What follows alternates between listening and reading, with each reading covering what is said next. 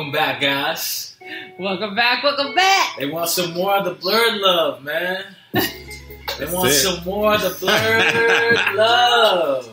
This is like BLERD love after dark. This is BLERD love after dark. The dark side of BLERD love. The dark side of BLERD love. Welcome back to another episode of A Different World podcast, a podcast where we thrive on having disruptive conversations about sex, politics, religion, pop culture, and everything else in between. Yep. I'm your host, Corey Kareem, alongside the lovely Angelina Williams, and we're bringing back Monsieur Joseph Osei-Bonsu. Yeah. So if you haven't listened already, pause this, head over to listen to our first episode of BLERD Love. Yes. Where we also had our other guest, Matthew Pompey, come in and chat about Black nerds and love and loving other Black people and all that. But after we recorded that episode, I had a chat with Joe, and he's like, yo, there's some more stuff I want to say. I'm like, oh, for real? Yeah, some I guess, more controversial things. Or topics. Yeah, that he wants to kind of dive deeper. So I was like, listen, let's give them a bonus track, right? Right. Do you remember that? Like when albums used to have, I haven't bought an album in forever. They still do bonus tracks? Like on Spotify, there's bonus tracks, but there's like the extended edition. Oh. Like for example, Nicki Minaj will release she released Roman Reloaded. I'm surprised that you know that. Yeah. Come on, man. Right? Come on. Yo, I'm a hip hop head as well as a comic head. I'm actually not surprised because she does the whole character thing. Yeah. But yo, I've been like, besides the comic thing, I've been a fan of hip hop. Of course. Off and on. I wasn't surprised that you know about hip hop. Yeah. Like, specifically Nicki Minaj is like, I had the hugest crush on Nicki. Really? For a bit. No, I think from like Pink Friday till...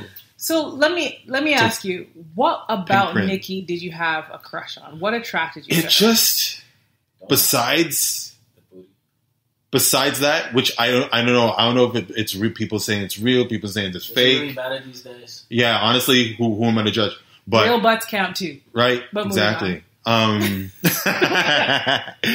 you know what? She's just naturally pretty. Is she? Naturally pretty. Have you ever seen a even before that, yeah. Of Onisha? Yeah, Onika. Yeah. Onika? Yeah. Yeah? Even before. Like I haven't, so I'm not doubting that she isn't. I think Nicki is very beautiful. I think what got it for me was the Terry, is his name Terry Richardson, the photographer?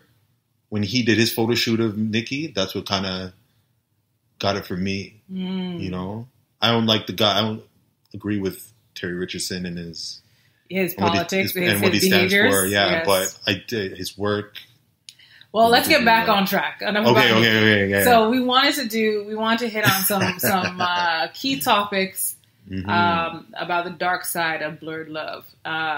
Again, we've been having these conversations for a couple years and there's some toxic parts of the BLERD character, as there are for everybody, right? But I think sometimes the misconception is a BLERD is the lowly, meek, lonely.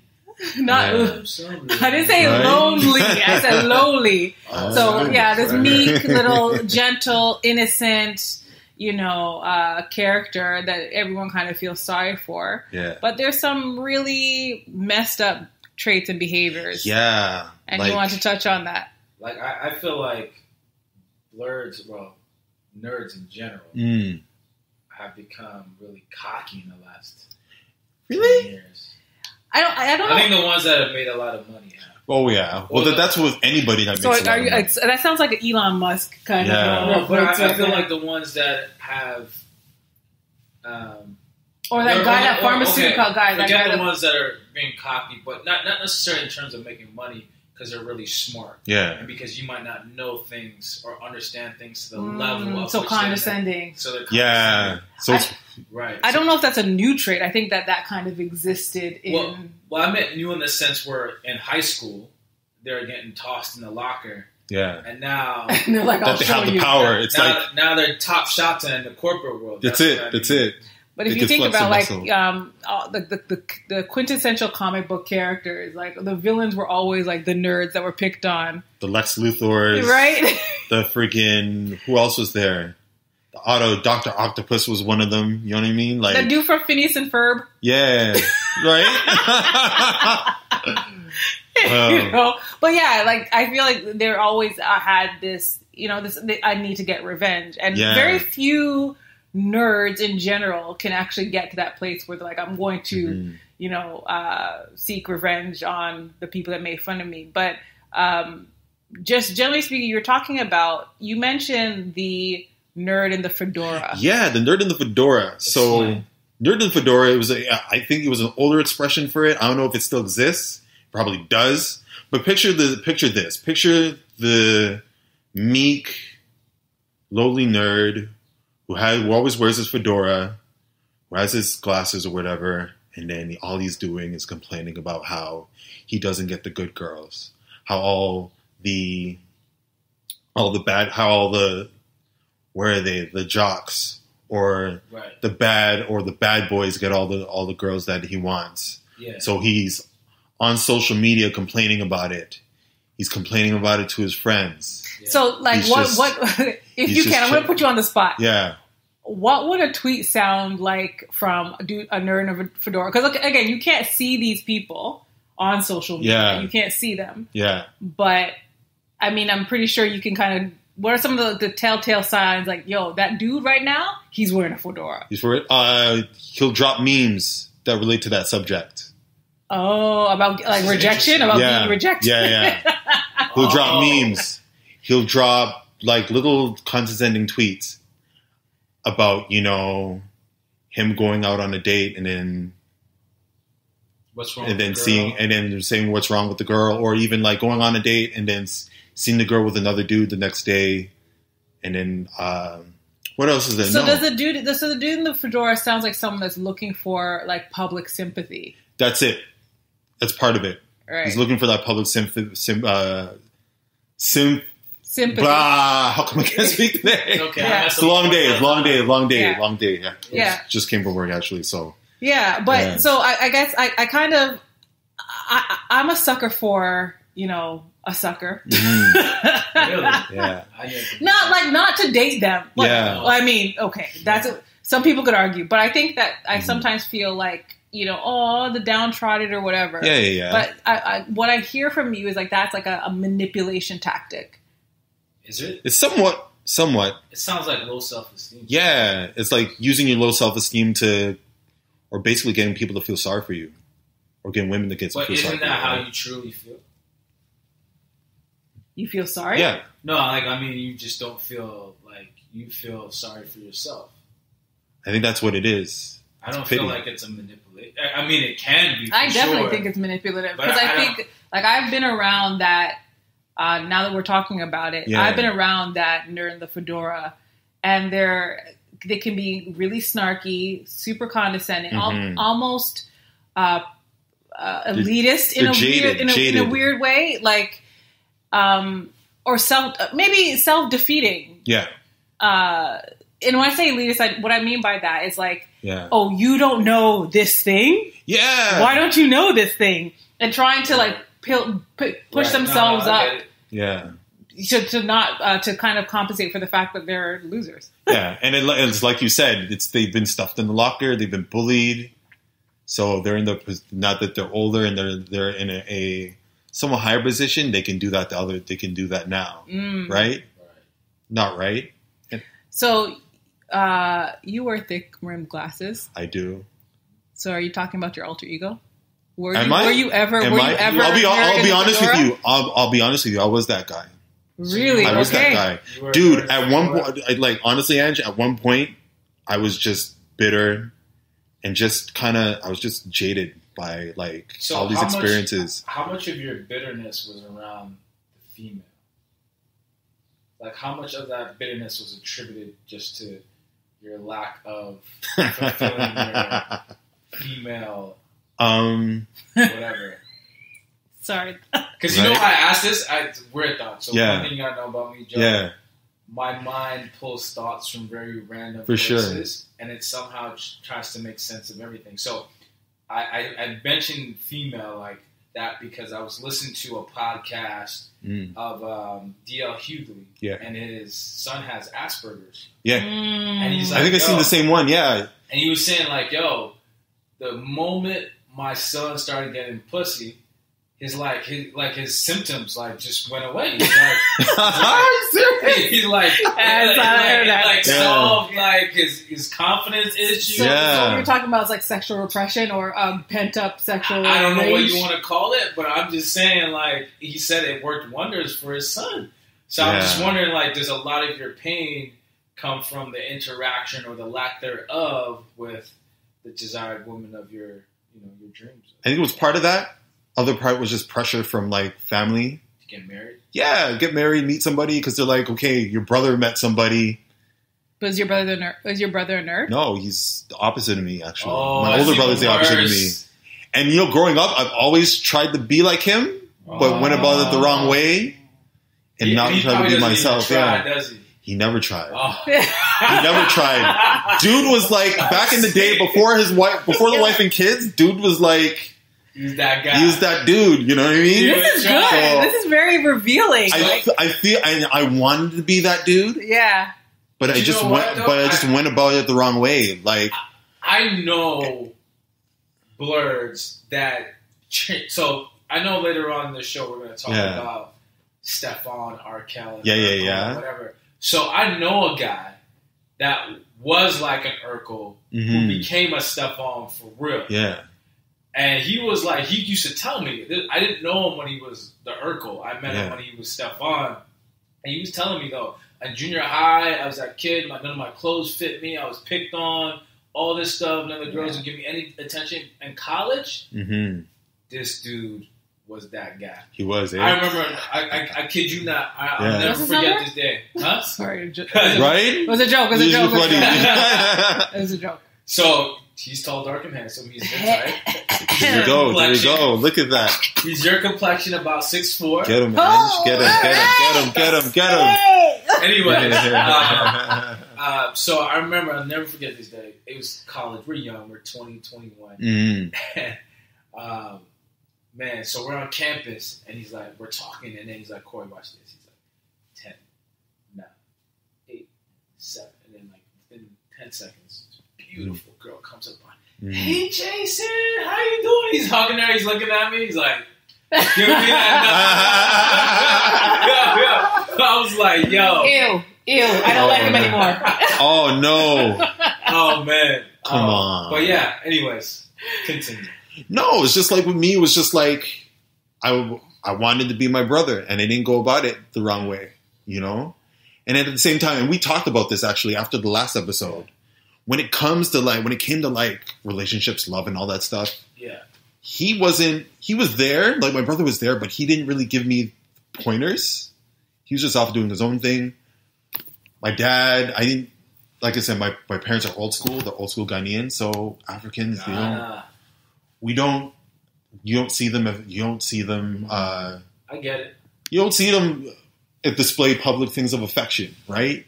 They don't teach you about that stuff. So I ended up learning about that stuff through Urkel, through Screech on television. And I thought, so you identified early with Urkel and Screech. And I thought, that was the way. That's the way to do it. Just be hella persistent. But along the lines, that does not work. And you end up looking like an ass. It's crazy because I think about how many opportunities I could have had if I was more persistent. I was the complete opposite. If you told me no once, I'd be like, bye. Yeah. For me. But then I think there's that persistence, there's that level of persistence that there's some women out there that do want you to, continue. But anyways, sorry. Siri, huh? Shout out to Siri. It's interesting because we talked about, I think sometimes we romanticize the Urkel and Laura relationship or that dynamic. And you kind of, like I said, a sucker for a sucker. And you're rooting for that underdog. You're like, oh my gosh, why does he just love him? And, he cares so much about her.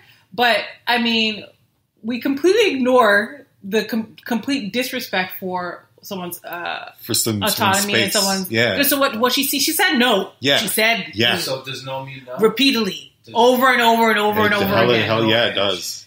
My no means no. What the fuck? My no means no. Like, so I think, but the problem with Steve and Urkel in that dynamic is that we are kind of raised to that you have to keep on pushing. Now, there's nothing. I'm not saying don't go after what you believe in, and but I think that Steve was on borderline harassing Laura. Yeah, there's boundaries, right? And I mean, I think that's a TV show, so it ended how the writers wanted it to end, right? But for the majority of people, it doesn't end that way. Real life, Laura put a restraining order on homie.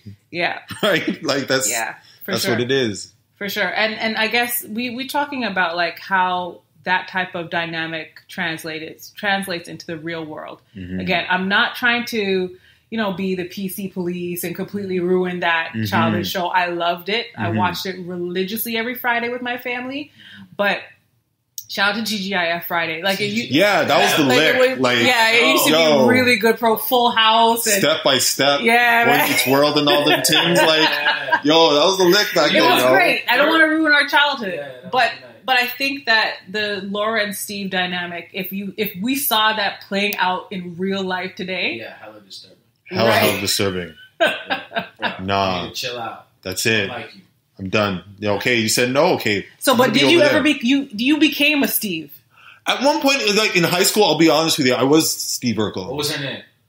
I don't want to mention her online because she's still on Facebook? And I ran into her recently. Actually, I ran into her recently. Awkward. No, it wasn't. It was not. It was not. It was not. Cool. Yeah. It was not. It was cool. But I was hella awkward. I was just. Like I said, I tried to be my brother. I imagine this nerdy kid in high school, kind of quiet. Everyone loved his drawings, but he was just always trying to talk to every girl. Man. Always trying to be persistent. I think it's just a lot of it has to do with like... Nah. See, you could draw really well. Very, very well. I'm just like, man, I think you just needed a little finessing back in the day, man. Like, if you knew how to use your drawings... Like to roll up on a Picasso girl? Yeah. Like, hold that. If you could bust out a little 1-2 poetry line with that drawing, man. You're trying to get this guy beat up. You would have given me... Not even. Superpowers, man. Not even, I would have done damage with your drawing skills. No.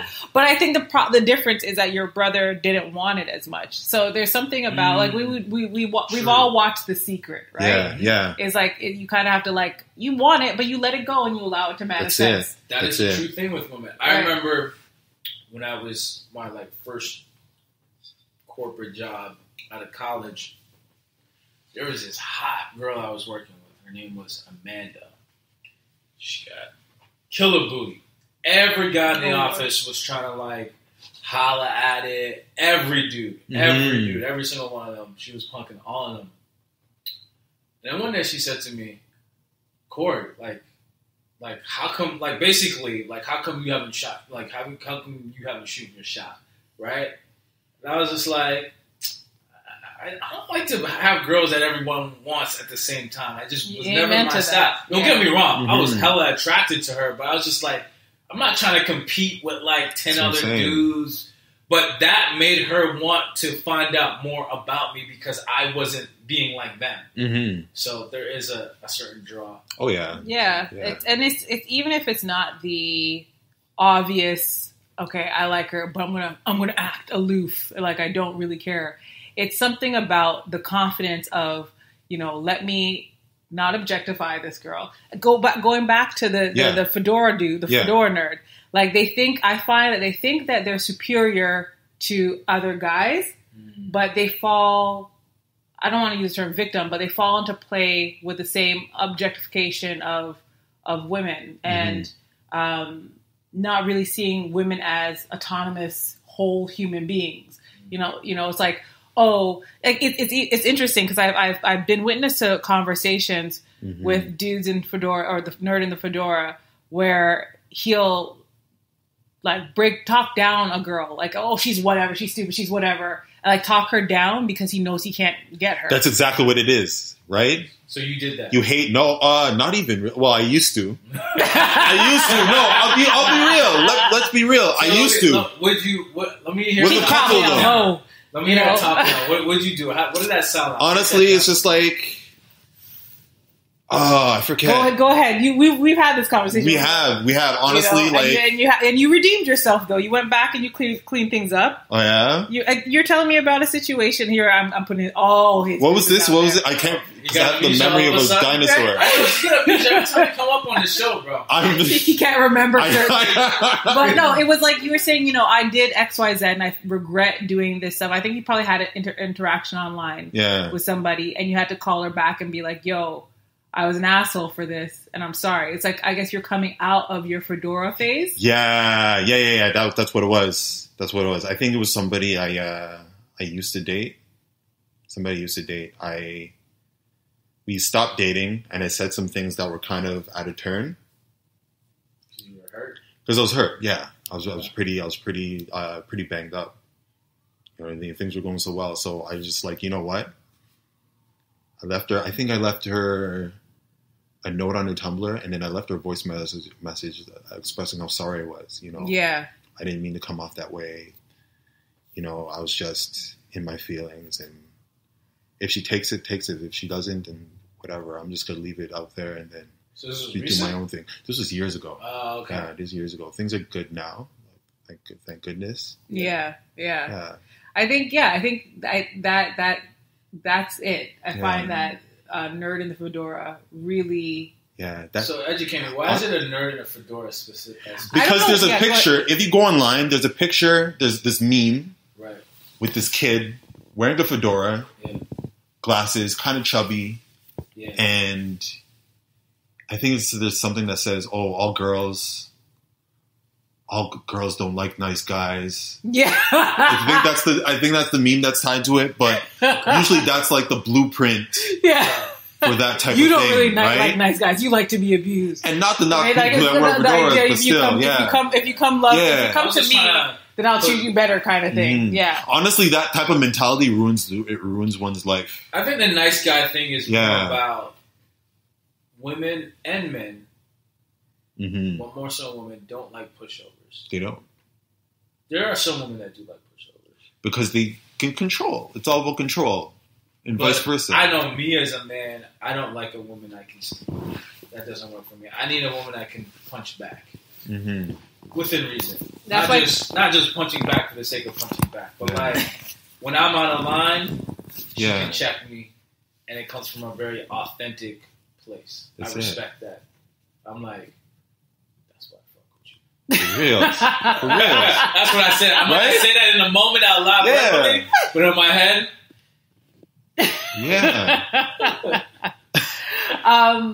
So one of the things that we also wanted to talk about this the dark side of blurred love, and we were having this conversation after our last recording, based on my observation, is that nerds, specifically Black nerds,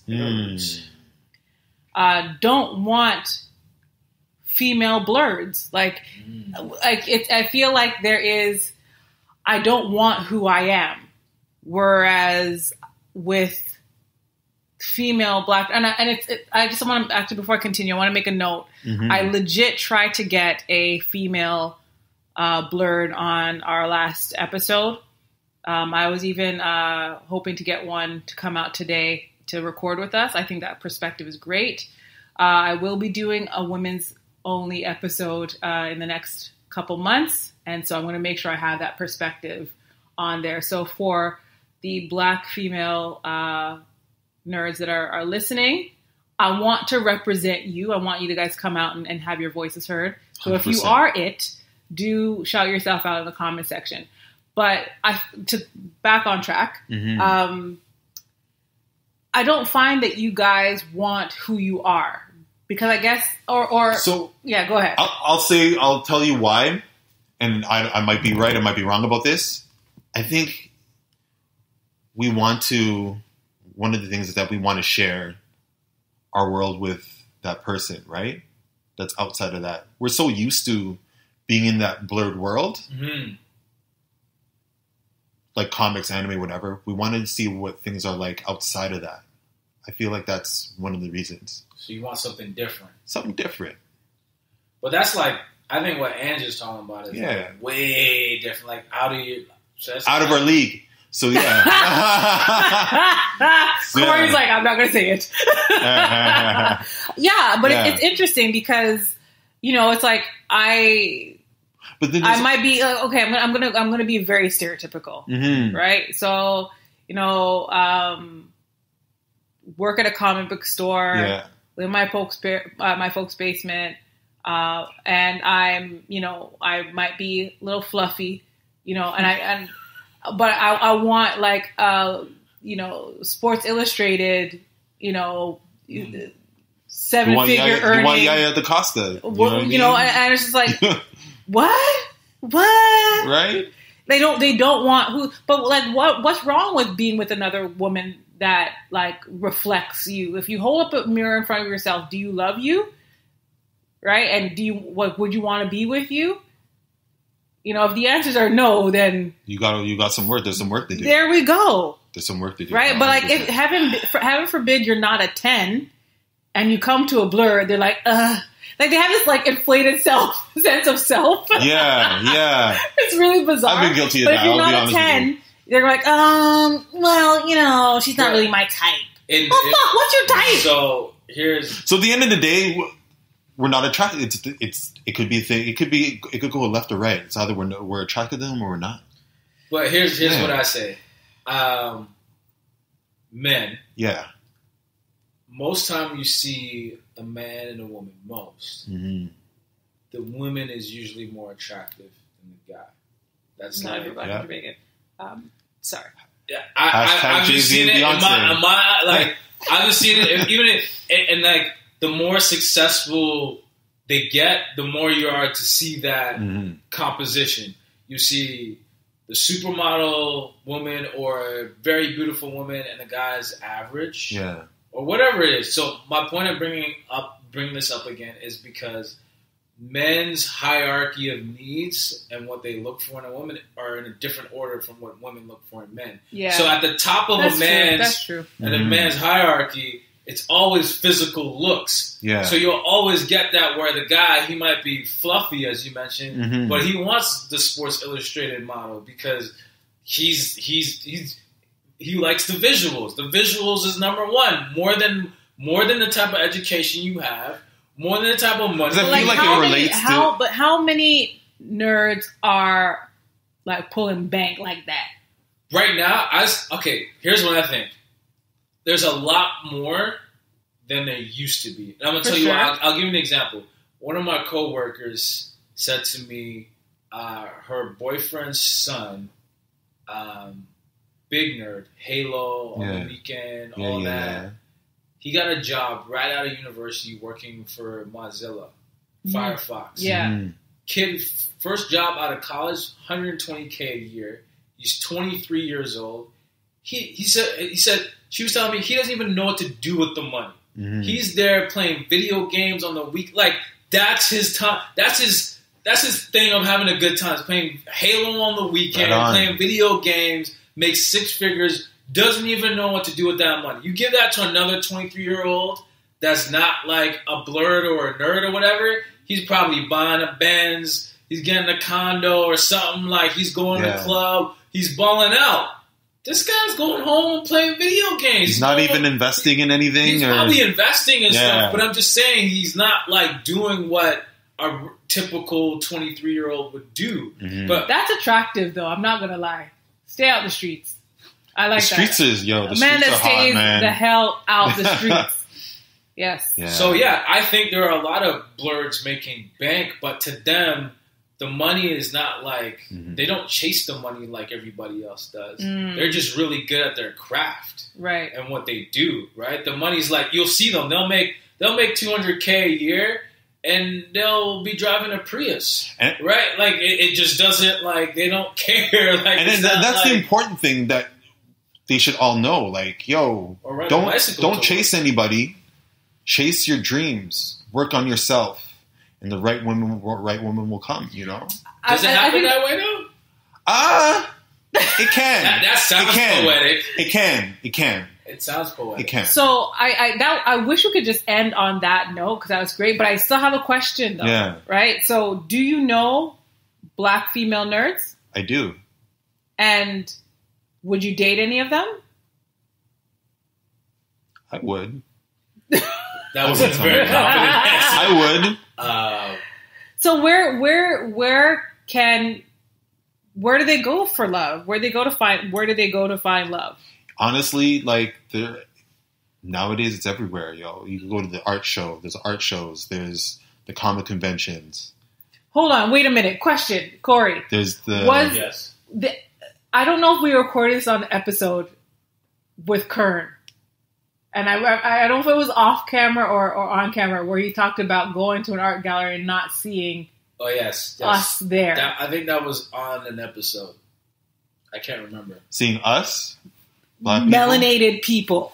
But you gotta go to the black ones. You gotta go to like the black ones, like the ones that are Afrocentric.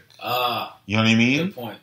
I don't think Kern went to an Afrocentric. Yeah. Or like a poetry show. There's tons of this. Oh, yeah. Yeah. Oh, plenty of sisters at Plenty. the show. Lord. Like when brothers speak, when sisters speak, all them joints. I've been to those actually. Go to and have you connected with people there? I've just seen women that I knew. Look. Yeah. Well, I think we're in the era of honesty and authenticity. Mm-hmm. I feel like someone like yourself went up on stage and was just being totally authentic about their experience. Yeah. You get so much sympathy pussy. It's not even funny. Who wants sympathy pussy? I don't want sympathy pussy though. It's a start. I don't know, man. Let me just give it to him. I don't know about that, man. Nah, B. But I'm just saying. It's a start. Yeah. Look, Corey's setting you up. Don't listen to him, okay? Listen to me. It's a trap. Hold on. It might start off like that, but then when you lay it down, they're like, oh. You just have to make sure your follow through is good. Yeah, your follow through. Is what you're trying to say. Like, no. Yeah. Be putting it like I'm telling you. Dude. You know what? He has a point. As the woman in the group that's had a few sympathy encounters. I heard girls say that plenty of times. And you're like, wow, okay. There you go. I'm telling you, the underdog. Because in the mind, they're not really expecting you to give them anything. They see however, what's worse is, again, when you do that, and dude turns out to be doing the fedora, right? What I mean by is that you're like, yo, I gave you sympathy, man, and you tricked me, and now you're an asshole. Like, like I made you feel like you're somebody because like you couldn't get a girl like me on a regular, and now I gave it to you, and now you're acting like you're cute. Those are the worst situations. Yeah. I know women have felt like that because we've had conversations about that. Where dudes will be all nice and shit, and then all of a sudden it's like... Well, or he's a nerd. Yeah. Right? I need to give him a chance. Yeah. And then he starts to smell himself. 1, 2. Yeah. Right? And you're like, wait a minute. But it's him gaining that confidence. It's like him gaining that confidence. Right, but he gained the confidence off of me. And now you're trying to act brand new. You're trying to act like, excuse me? Like you don't know. Yeah. That's kind of whack still. Nope. And it happens so often. Really? So You've experienced that? I mean, I'm not saying, it's not about me. Yeah. So, but then I got put on the hot seat, so. Yes, because this subject is yours. Of course, I guess. Yeah. But I do know a lot of female friends. I can say my female friend umbrella. Yeah. A lot of female friends, we've talked about this. Like when you've given a guy a chance and like on a regular day, you wouldn't look at him. No one would really look at him. And I'm not talking about just physical appearance. I'm just talking about like he might not have like his shit together. Yeah. Right? You're like, you know what? Let me give him a chance. Right? And that's why I'm not about the whole build a dude thing. Right? Because you build a dude and then he goes like, oh, wait a minute, my stock value has gone up. Put it on the open market. Speaking of building, like whatever happened to like building stuff together? You meet somebody, the girl of your dreams, or you meet the man of your dreams, and you guys just build things together. What happened to that? I don't know. That died before I ever started dating. So does that exist? Will that come back? Like, I have no clue. Yeah. But I mean, I think it is out there. But I think specifically for BLERDs or nerds in general, I think it's always going to be challenging for a BLERD just because you guys already feel like an outsider. Yeah. But I think that the true power is taking your gift and maximizing the ability to it. 100%. We're in a very unique space right now in society where certain things that weren't cool 10, 15 years ago are cool. Like, it's cool to it can be cool to be a nerd. It's cool to read comics. It's cool to talk about them. It's just how you kind of exercise that, how you finesse that, right? So, and just broadening your horizons. I feel like anything has changed. Look, you could be a nerd. Like, if you're a nerd, like, I think, again, it's easy to kind of change things up. You can go to the gym. You can do all these type of other activities. 100%. And things can change for you in a heartbeat. But yeah, man. Self-care. Self-care has helped me, man. Big thing.